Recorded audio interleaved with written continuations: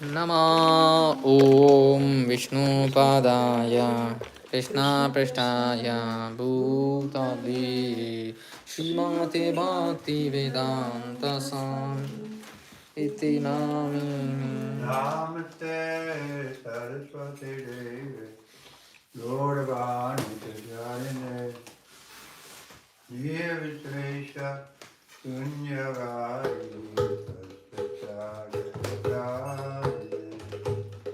Namaste Saraswati Devi Gauravani Pracharine Nirvishesha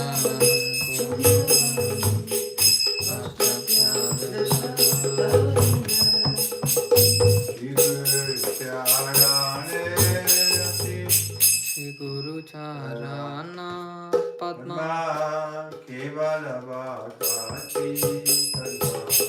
Shri Guru Charana Padma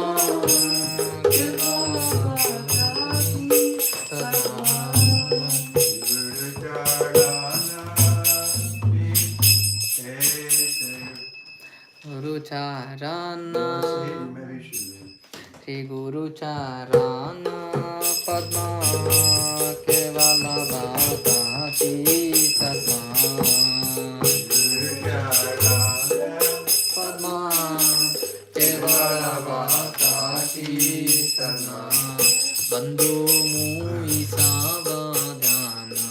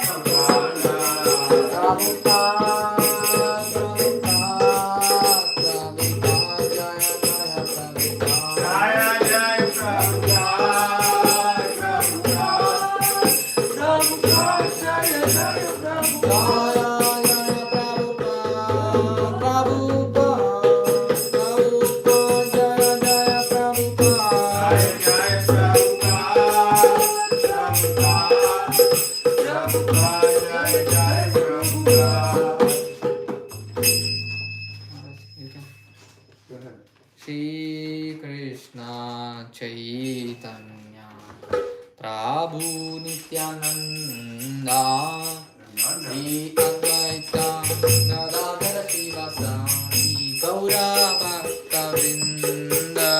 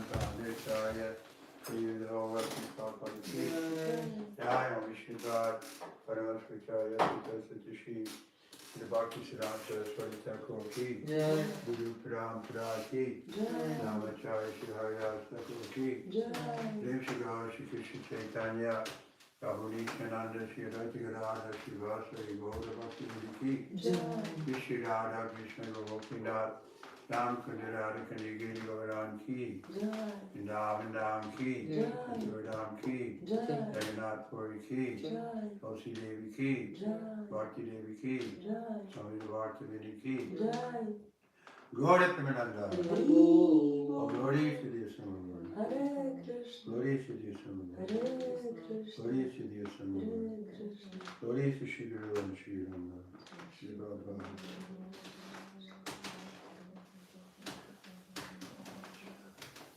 Krishna.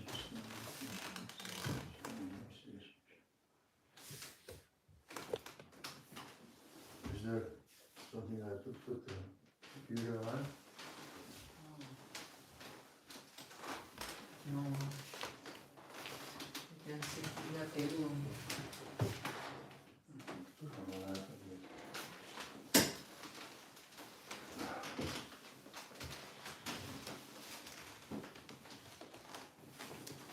Omjnanatimidandasya Janaganathalakayam Satyavitam Jena Asmai Shri Guruve Namaha Shri Chaitanya Mahavitam Shapitam Jena Bhutale Dayam Sautara Maya Dati Satanati. I don't want any breakfast. Yeah.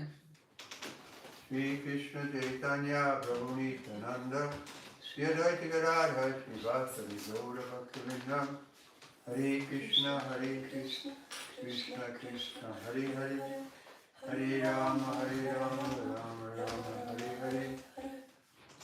Let's go to Bhagavatam, Canto 2 instead. I'm going to see. Canto 2, Chapter 9, Text 34.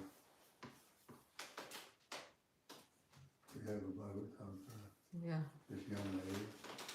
2:9:34. Yeah. Okay. More in phone you can.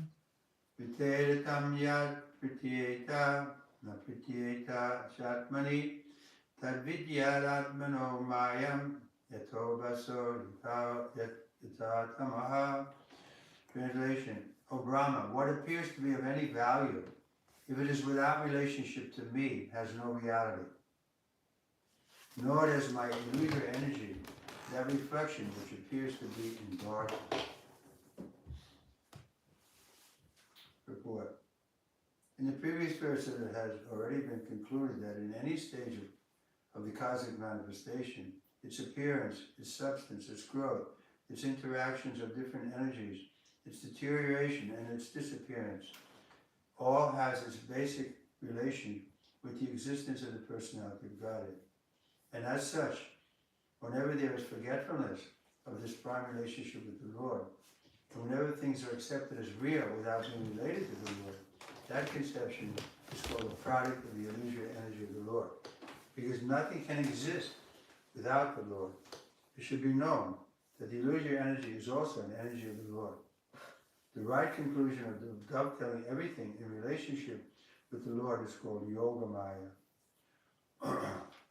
or the energy of union, and the wrong conception of detaching a thing from its relationship with the Lord is called the Lord's Daivi Maya or Mahamaya. Both the Mayas also have connection with the Lord, because nothing can exist without being related to Him. As such, the wrong conception of detaching relationships from the Lord is not false but illusory.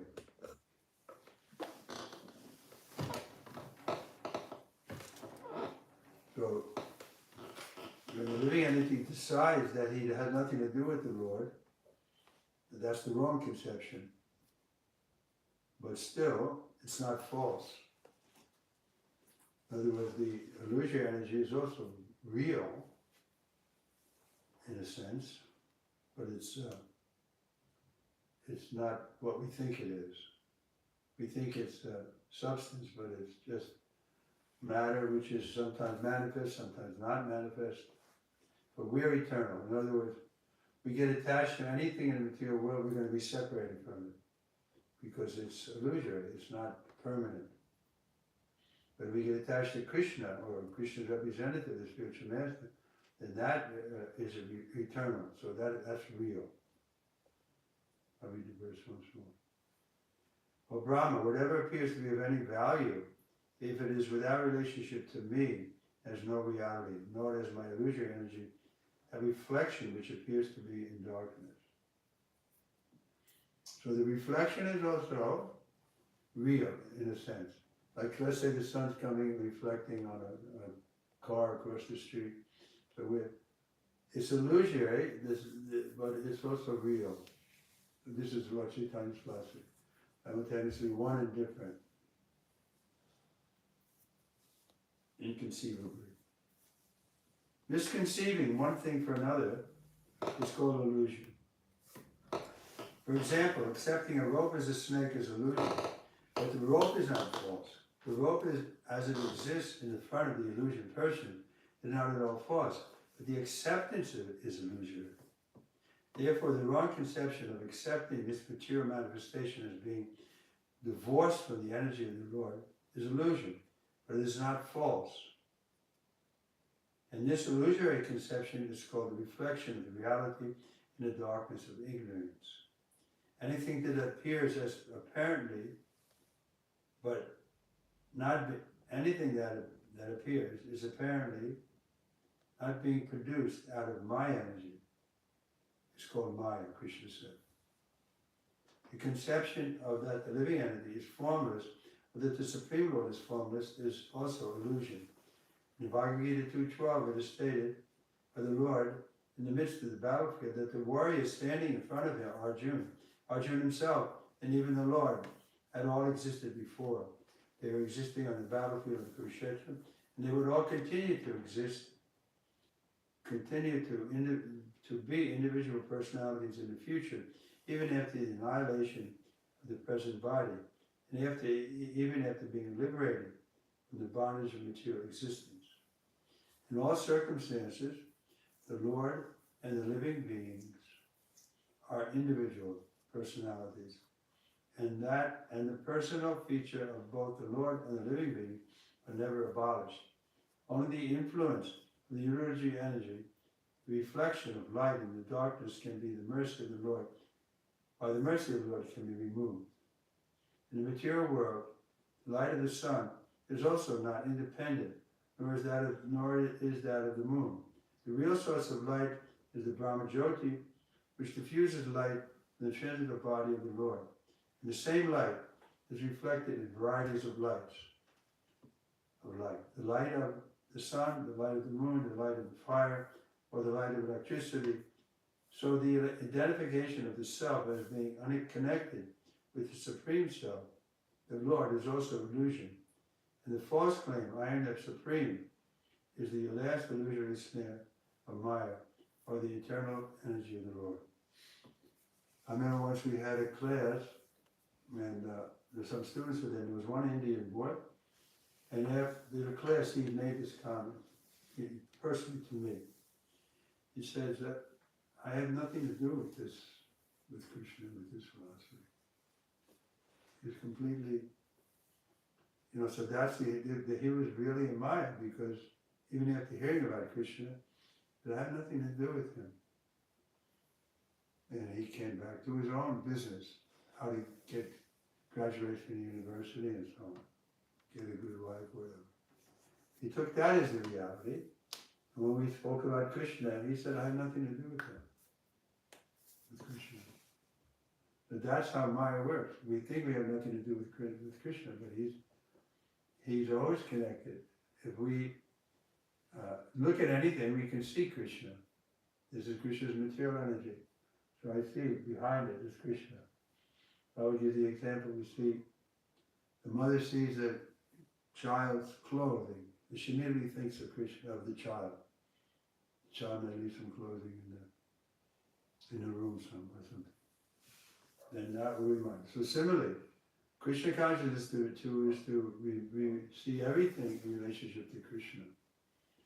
And that's the right understanding. The verse again, let's see.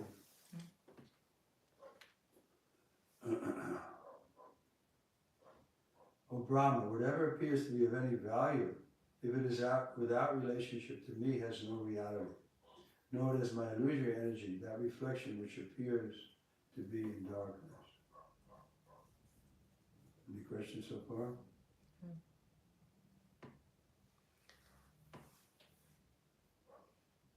The Vedanta Sutra in the very beginning affirms that everything is born from the Supreme. And thus, as explained in the previous verse, all individual living entities are born from the energy of the Supreme Living Being, the personality of Godhead. Brahma himself was born from the energy of the Lord, and all other living beings are born from the energy of the Lord, although the agency of Brahma, through the agency of Brahma, none of them had any existence without being dovetailed with the Supreme Lord. So, we may think we have no connection with Krishna, but never is a time when we have no connection. We are always connected. But we may forget about that. That's our illusion. The same example, the illusion of the rope is a snake, so that one may jump back by seeing a rope. But it's illusory, it's not a rope. I mean, it's not a snake, but we think it's a snake. But still, the rope exists. Okay? The independence of the individual living entity is not real independence, but is just a reflection of the real independence existing in the Supreme Being, the Lord. The false claim of supreme independence by the conditioned soul is illusory, and this conclusion is admitted in this verse. But this is also clear. We think we're independent, but we're dependent on so many things. How can we breathe if there's not air? So we're not independent. We're never independent. We always have a connection with Krishna, either directly or through his illusory energy. So that's our choice. We want to be directly connected with Krishna, then that status is available to us. But we have to desire, like this student I'm talking about, he had no desire, absolutely no desire to know about Krishna. He was happy in his own world. And so such people, it's very difficult to convince them that this is an illusory world, but Krishna is real. But that's our task. We have to somehow get people to understand that you're not independent, you're in an awkward position, you have to undergo old age, disease, and death. You're not meant to do that. You're eternal, full of knowledge and bliss. So why not come to the reality? Reality is you're a servant of Krishna. Persons with the forefront of knowledge become illusioned, and therefore the so-called scientists, physiologists, empiric philosophers, etc., become dazzled by the glaring reflection of the sun, moon, electricity, etc., and denying the existence of the Supreme Lord, putting forward theories and different speculations about the creation, maintenance, and annihilation of everything material. That's the truth. Everybody's in Maya here in the material world.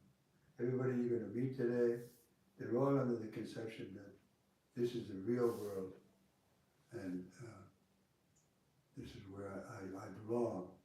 Everybody thinking like that, but it's wrong.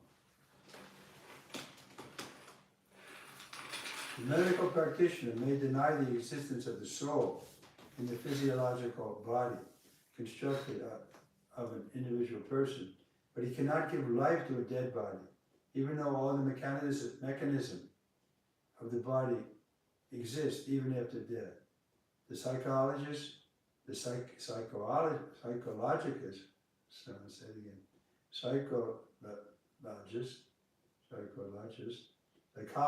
that's it. The psychologist makes a serious study of the psychological conditions of the brain, as if the construction of the cerebral hump were the machine of the functioning mind. But in the dead body, the psychologist cannot bring back the function of the mind. There was a boy also I met in there. He was convinced that everything is chemicals, combination of chemicals.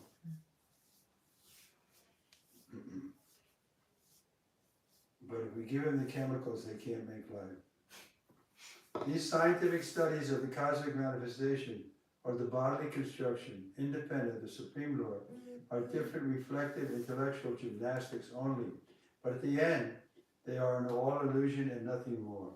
All such advancement of science and knowledge at the present context of material civilization is but an action of the covering influence of the illusory energy. The illusory energy has two phases of existence, namely the covering influence and the throwing influence. By the throwing influence, the illusory energy throws the living entity into the darkness of ignorance. And by the covering influence, she covers the eyes of men with a portent of knowledge about the existence of the Supreme Person, who enlightened the Supreme Individual, living being Brahma. I'll say it again. Who enlightened the Supreme Individual, living being Brahma. The Brahma, the identity of Brahma with the Lord, Supreme Lord, is never claimed herein. Therefore, such a foolish claim by the man with a poor fund of knowledge is another display of the illusory energy of the Lord. The Lord says in the Bhagavad Gita 16:18-20, the demoniac persons who deny the existence of the Lord are thrown more and more into the darkness of ignorance, and thus such demoniac persons transmigrate life after life without any knowledge of the Supreme Personality of Godhead. The same man, however, is enlightened in the disciplic succession from Brahma, who was personally instructed by the Lord, or in the disciplic succession from Arjuna, who was personally instructed by the Lord. In the Bhagavad Gita, he accepts the statement of the Lord, Arjuna does. Aham sarvasya pavavo mata sarva pavattate iti matva bhajante mam buddhabhava samanvitaha, Bhagavad Gita 10:8. The Lord is the original source of all emanations, and everything that is created, maintained, and annihilated exists by the energy of the Lord. The same man who knows this is actually learned, and therefore he becomes a pure devotee of the Lord, engaged in the terms of the loving service of the Lord. Although the reflectory energy of the Lord displays itself variously although the reflectory energy of the Lord displays various illusions to the eyes of persons with a poor fund of knowledge, the same person knows clearly that the Lord can act even from far, far beyond our vision by his different energies. Just as fire can diffuse heat and light from a distant place. In the medical science of the ancient sages, known as the Ayurveda, there is a definite acceptance of the Lord's supremacy in the following words. And this is in Sanskrit. There is one supreme person who is the progenitor of this cosmic manifestation, and whose energies act as prakriti, or the material nature, dazzling like a reflection. By such illusory action of prakriti, even dead matter is caused to move by the cooperation of the living energy of the Lord. The material world appears like a dramatic performance to the ignorant eyes. The ignorant person, therefore, may even be a scientist or physiologist in the drama of prakriti, while the sane man knows Prakriti as the illusory energy of the Lord. By such a conclusion, as confirmed in the Bhagavad Gita, it is clear that the living entities are also a display of the Lord's superior energy, Para Prakriti, just as the material world is a display of the Lord's inferior energy, Apara Prakriti. The supreme energy of the Lord cannot be as good as the Lord. The superior energy of the Lord cannot be as good as the Lord, although there is very little difference between the energy and the possessor of the energy, or between the fire and the heat. Fire is possessed of heat, but heat is not fire. This simple thing is not understood by a man with a poor fund of knowledge, who falsely claims that the fire and heat are the same. This energy of the fire, namely heat, is explained here as a reflection and not directly fire. Therefore, the living energy represented by the living entities is the reflection of the Lord and never the Lord himself. Being the reflection of the Lord, the existence of the living entity is dependent on the Supreme Lord, who is the original light. This material energy may be compared to darkness, as actually it is darkness. And the activities of the living entities in the darkness are reflections of the original light. The Lord should be understood by the context of this verse. Non-dependence of both the energy of the Lord is explained as Maya, or illusion. No one can make a solution to the darkness of ignorance simply by the reflection of light. Similarly, no one can come out of the material existence simply by the reflected light of the common man. One has to receive light from the original light itself. Reflection of sunlight in the darkness is unable to drive out the darkness, but the sunlight outside the reflection can drive out the darkness completely. In the darkness, no one can see things in a room. Therefore, a person in the dark is afraid of snakes and scorpions, although there may not be such things. But in the light, the room can be seen clearly, and the fear of snakes and scorpions is at once removed. Therefore, one has to take shelter of the light of the Lord, as in the Bhagavad Gita or Srimad Bhagavatam, and not the reflective personalities who have no touch with the Lord. No one should hear Bhagavad Gita or Srimad Bhagavatam from a person who does not believe in the existence of the Lord. Such a person is already doomed, and any association with such a doomed person makes the associator also doomed. One more paragraph. According to Padma Purana, within the material compass, there are innumerable material universes, and all of them are full of darkness. Any living being, beginning from the Lord Brahma, there are innumerable Brahmas in innumerable universes to the insignificant ant, are born in darkness, and they require factual light from the Lord to see him directly, just as the sun can be seen only by the direct light of the sun. No lamp or man-made light, torchlight, however powerful it may be, can help one see the sun. The sun reveals itself. Therefore, the action of the different energies of the Lord of the personality of God himself can be realized by the light manifested by the causeless mercy of the Lord. The impersonalists say that God cannot be seen. God can be seen by the light of God, and not by man-made speculations.